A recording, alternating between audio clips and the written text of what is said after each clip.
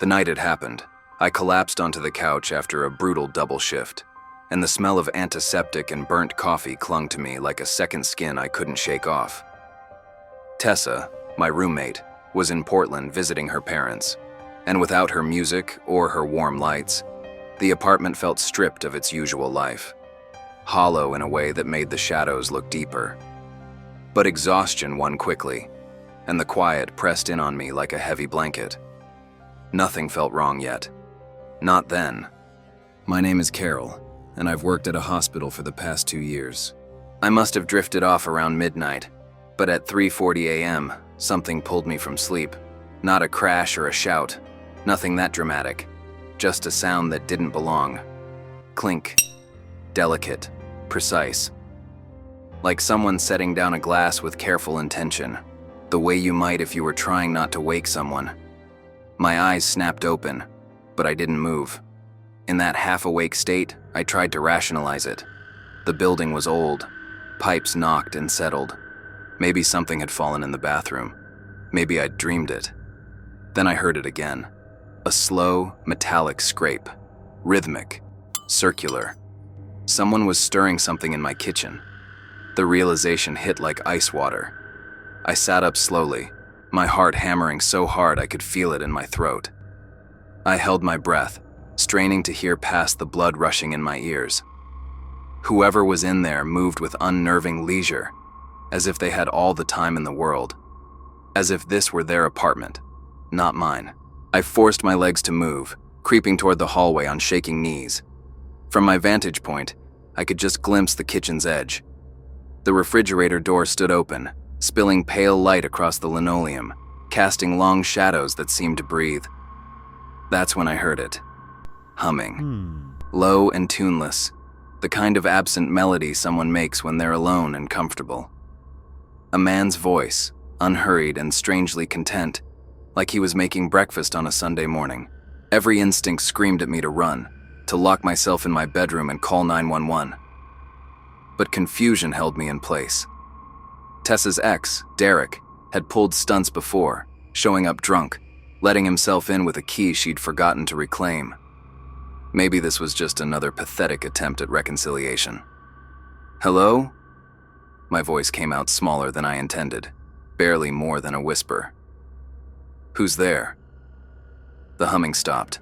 The silence that followed was somehow worse, thick and expectant. But I could hear breathing now. Slow, measured breaths that seemed too loud in the quiet apartment. Derek, if that's you, this isn't funny. I'm calling the police right now. I edged closer, phone clutched in my sweating palm, until I could see into the kitchen properly. A figure stood at the counter. Tall, impossibly tall. His head nearly brushed the bottom of the upper cabinets, which hung at least 7 feet high. His back was to me, shoulders unnaturally broad beneath what looked like a dark coat or hoodie. He remained absolutely motionless, like a statue, like he'd been frozen mid-motion when I'd called out. Look, I said, my voice cracking. You need to leave. Right now. I'm calling. The refrigerator door slammed shut with explosive force. The sound was so violent, so unexpected, that I actually screamed. The entire apartment seemed to shudder. In the sudden darkness, I could see only the man's silhouette, backlit by the streetlight filtering through the kitchen window. Slowly, so slowly it seemed choreographed, he turned his head. Not his body, just his head. It rotated with an unnatural fluidity, like it wasn't quite connected properly to his spine. Even in the dimness, I could tell something was fundamentally wrong with his face. It was smooth in places where it should have had features, and sagging in others, like a rubber mask that had been stretched over something that wasn't quite the right shape. His eyes, when they caught the ambient light, reflected it back with a peculiar flatness. No depth, no humanity. He took a step toward me. I stumbled backward, my phone nearly slipping from my trembling fingers. My elbow connected with the picture frame on the hallway wall, Tessa and me at the beach last summer, and it crashed to the floor, glass shattering across the hardwood. In that instant, an enormous bang erupted from Tessa's bedroom. It sounded like her entire dresser had toppled over. or like someone had taken a sledgehammer to the wall. The man's head whipped toward the noise with that same unnatural speed, his body following a split second later. Then he moved, but not toward the front door, not toward escape. He sprinted, actually sprinted, straight at the kitchen window. His movements were wrong, too fluid and too jerky at once, like stop-motion footage played at normal speed. He vaulted onto the counter with impossible grace, yanked the window open so hard the frame splintered, and dove into the darkness outside. We live on the 8th floor. I stood frozen, my mind unable to process what I'd just witnessed. When I finally found the courage to approach the window, I looked down at the alley below, expecting to see a crumpled body on the pavement. Nothing. Just empty street, wet from earlier rain, reflecting the sodium glow of streetlights. The police arrived within 15 minutes. 2 officers searched every corner of the apartment, while a third took my statement. I watched them exchange glances when I described how he'd exited, the kind of looks that said they thought I was hysterical, or drunk, or making it up for attention.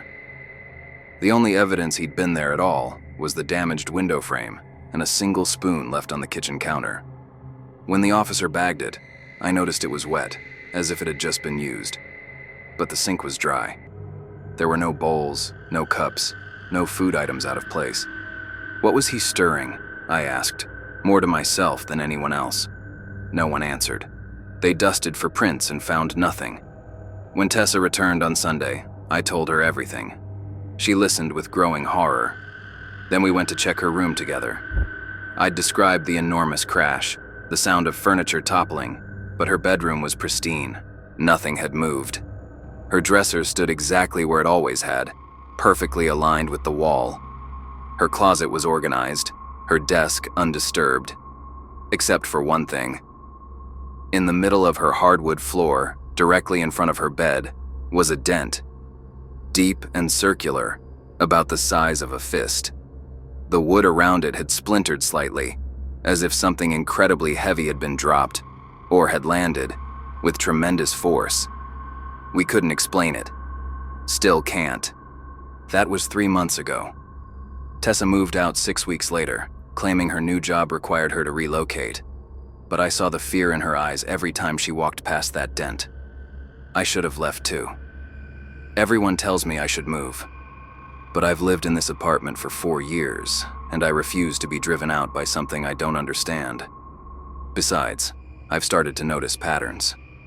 It only happens on nights when I'm alone, never when I have guests, never when someone stays over.